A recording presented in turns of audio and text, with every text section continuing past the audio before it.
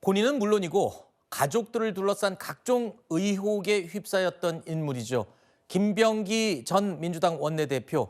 어제 결국 전격 사퇴했습니다. 이후에 긴급 최고위가 소집이 됐는데요. 정청래 대표가 직접 소집했습니다. 당 윤리감찰단에 해당 사건에 대한 진상조사를 지시했습니다. 강선우 국회의원에 대해서는 정청래 당대표는 오늘 오전에 윤리감찰단에 진상조사를 할 것을 지시하였습니다. 김경시 의원도 당연히 그 조사 과정에 포함이 될 거라고 생각을 하고요. 다만 김병기 전 원내대표에 대한 윤리감찰은 별개의 문제입니다. 김병기 전 원내대표에 대해서는 윤리감찰을 지시하지 않았다는 뜻입니다. 그건 설명할 수 없습니다. 당 대표나 지도부가 강선우 의원과 통화를 해서 도대체 어떻게 된 거야? 라고 물을 수가 없는 사안이에요. 현재 지도부도 충격이지만 당 대표가 이 문제를 잘 관리하지 않으면 당 전체가 시스템에 의심을 받게 되고 민주당이라고 하는 그 당명 자체가 의심을 받게 되는 그런 문제 아닙니까? 여러분, 이 사건 굉장히 시끄럽죠. 3년 전 지방선거 공천 과정에서 공관이 공천을 담당하는 공관이 간사를 맡던 김병기 원내대표, 그리고 공천위원이었던 강선우 의원, 이 두 사람이 1억 원 수수에 대해서 대책을 논의하고 조언을 받은 녹취가 공개가 됐죠. 이게 결정적인 사퇴에 이 빌미가 된 게 아니냐라는 분석이 지배적입니다만, 지금 발표 내용을 보면 윤리감찰을 지시한 거는 당연히 수순이라고 저도 생각을 해요. 그런데 이 두 사람의 대화가 지금 문제가 된 거잖아요. 알면서도 공천이 이루어졌고, 그리고 심지어 당선이 됐고요. 김경 의원, 시의원. 그러면 둘 다 대상이 돼야 되는 거 아닌가요? 지금 박수현 수석 얘기 들어보면은 김병기 원내대표는 별개의 문제라고 그랬어요. 이게 왜 별개죠? 두 사람의 대화가 문제가 된 건데? 약간 박수현 대변인의 말에 어느 정도 내용이 있다고 보는데요. 그러니까 네. 강선우 의원에게 전화를 걸어서 뭐 어떻게 된 거야라고 물어볼 수 없는 사안이다라고 얘기를 했잖아요. 네. 그 말은 김병기 의원과는 일단 지도부가 통화를 해서 네. 내용을 들었던 걸로 지금 파악을 한다라고 볼 수 있을 것 같습니다.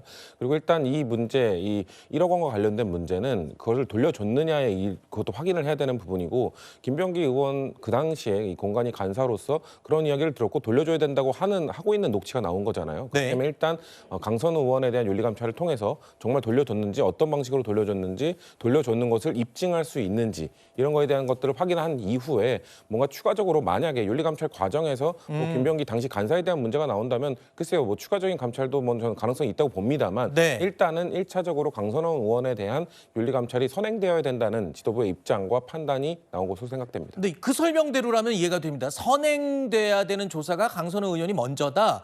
그리고 그 이후에 김병기 전 원내대표도 포함이 되면 조사할 계획이다. 이렇게 설명을 한 게 아니라 별개라 그랬거든요. 전 그게 이해가 안 된다는 겁니다. 뭐 일종의 꼬리 자르기라고 봅니다. 그런데 사실 윤리감찰단에서 이거 조사하는 것과 하지 않는 것, 이건 이제 부차적인 문제가 된 사안이에요. 네. 사실 장경태 의원 성추행과 관련한 내용 윤리감찰단에서 조사하겠다라고 했는데 지난 한 달 동안 어떤 조사 이루어졌는지 지금 대중들 알고 있습니까?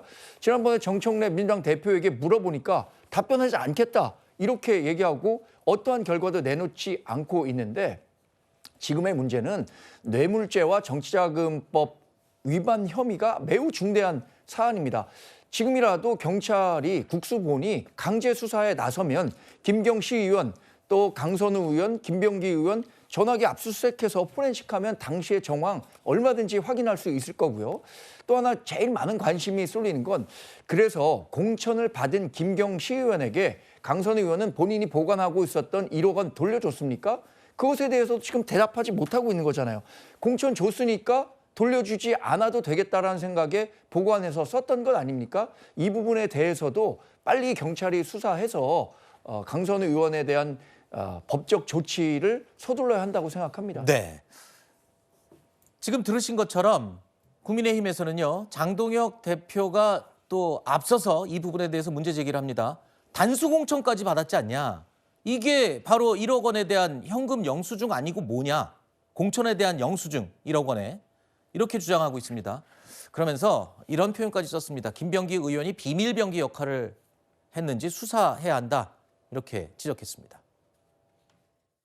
특검이 저희 당의 공천 관련해서 탈탈 털었습니다. 똑같은 잣대를 가지고 이에 대해서 강력한 그리고 신속한 수사가 필요하다고 생각합니다. 이보다 더 확실한 증거가 어디 있습니까? 김경 시의원으로부터 1억 원을 받은 그 일을 가지고 대화를 나눴던 그 다음 날 그 단수 공천장은 1억 원에 대한 그냥 현금 영수증입니다. 경을 칠 일입니다. 김병기 원내대표가 비밀 병기의 역할을 했는지 수사로 밝혀야 될 일입니다. 강선우 의원도 지금은 강하게 반발하고 있습니다. 공천 약속으로 돈 받은 사실 자체가 없다. 그리고 해당 보좌진에게 즉시 돈 돌려주라고 지시를 했다. 이렇게 주장을 하고 있습니다. 그리고 또 김경시 의원장 본인도 공천 대가로 돈을 준 적이 아예 없다.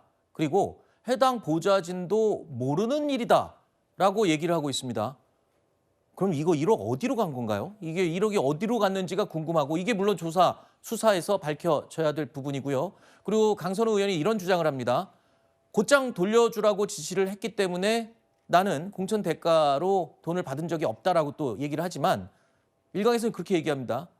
그 자리에서 직접 안 받고 돌려주지 않고 보관을 했다면 그것만으로도 죄가 될 수 있다는 얘기가 있던데요.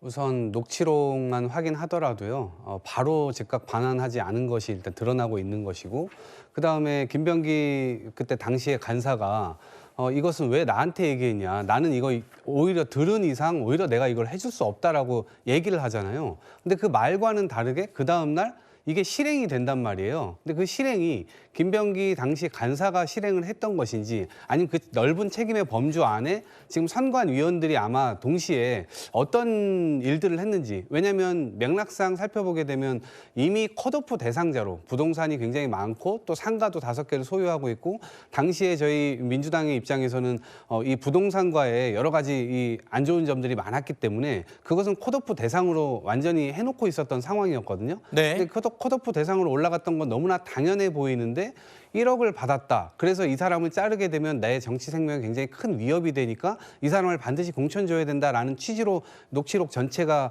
이루어져 있다는 것을 느끼거든요. 네. 그런데 다음에 진짜로 실행이 됐기 때문에 이 부분과 관련돼서는 아마 이미 진실된 녹취가 나와 있는 상황에서 다른 증언을 한다 하더라도 아하. 그것을 받아들이긴 굉장히 어렵다라는 생각이 좀 들고 네. 이것이 윤리감찰단에서는 아마 철저하게 다 받쳐질 수는 없다 하더라도 네. 결국엔 수사로 들어가서 이 부분이 다 밝혀져야 되는 부분 아닌가 싶습니다. 해당 사건은 오늘 오전에 서울경찰청에 배당이 된 걸로 지금 확인이 됐습니다. 그러면 지금 말씀하신 부분 윤리감찰로는 이 한계가 있다. 결국엔 경찰 수사에서 밝혀질 수 있겠죠? 이게 이 정도의 녹취가 나왔다면. 지금 뭐 핵심적인 증거가 나왔고 이것은 네. 스모킹 건이라고 볼 수밖에 없습니다. 그 정도 나왔으면 이거를 제대로 밝혀지지 않는다 하면 경찰의 수사로 그거는 정말 부실 수사고 네. 은폐 수사가 될 수밖에 없습니다. 그리고 민주당이 그동안 항상 시스템 공천을 이야기했는데 경선 위주의 시스템 공천.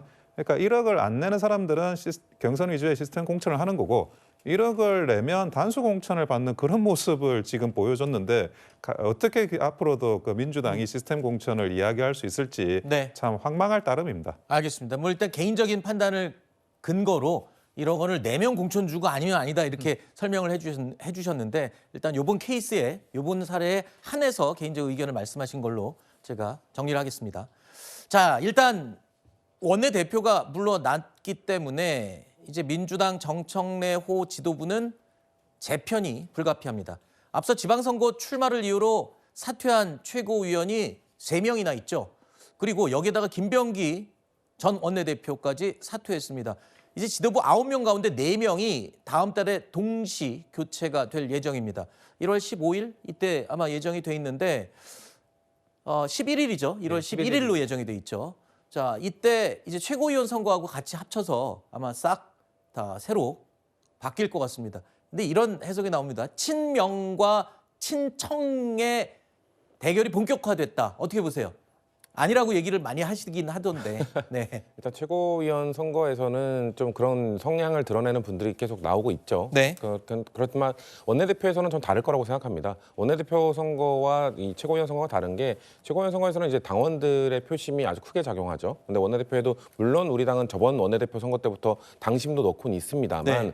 당심보다는 의원들의 성향이 더 많이 반영이 됩니다. 그렇기 때문에 지금 의원들은 원내대표만큼은 그래도 지금 이재명 정부와 발맞춰 갈 수 있는 사람이 돼야 네. 된다. 그리고 최고위원 선거에서 좀 불거지고 있는 갈등 이런 것들과 좀 떨어져 있는 사람, 네. 뭔가 이 개파 갈등에서 좀 한 발자국 물러서 있는 사람이 돼야 된다라는 분위기가 분명히 있기 때문에 네. 원내대표 지금 아직 후보군이 누가 나올지 등록이 아직 안 됐습니다만 네. 아마 그런 분들 위주로 좀 나올 거라고 생각하고 있습니다. 근데 후임 원내대표가 임기가 5달이에요. 그리고 이제 하마평에 올리는 사람들 중에 어떻습니까? 당내 분위기가 본인들도 이걸 기꺼이 하려고 하던가요? 그게 원래 하마평에 나오던 분들은 원래 내년 6월에 예정되어 있던 선거에 나오려고 준비하던 그러니까요. 분들이잖아요. 네. 그렇기 때문에 그분들이 과연 정말 한 4-5달만 할 것인가 네. 아니면 이거 연임 규정이 또 따로 없거든요. 그러니까요. 연임을 할 수도 있는 것이기 때문에 이거에 대해서는 당내에서 이걸 사전에 정리 안 할 걸로 보여집니다. 그렇기 때문에 누군가는 나는 그냥 4개월, 5개월만 하겠다라고 얘기할 수도 있고 누구는 나는 이어서 연임을 하겠다는 전략을 세울 수도 있는 것이기 때문에 네. 지금 고민하는 분들의 일단 출사표를 좀 들어봐야 내용을 알 수 있을 것 그야말로 같습니다. 섬당 후사의 정신이 투철하신 분이 나오겠네요. 전 그래야 된다고 생각합니다. 네. 알겠습니다.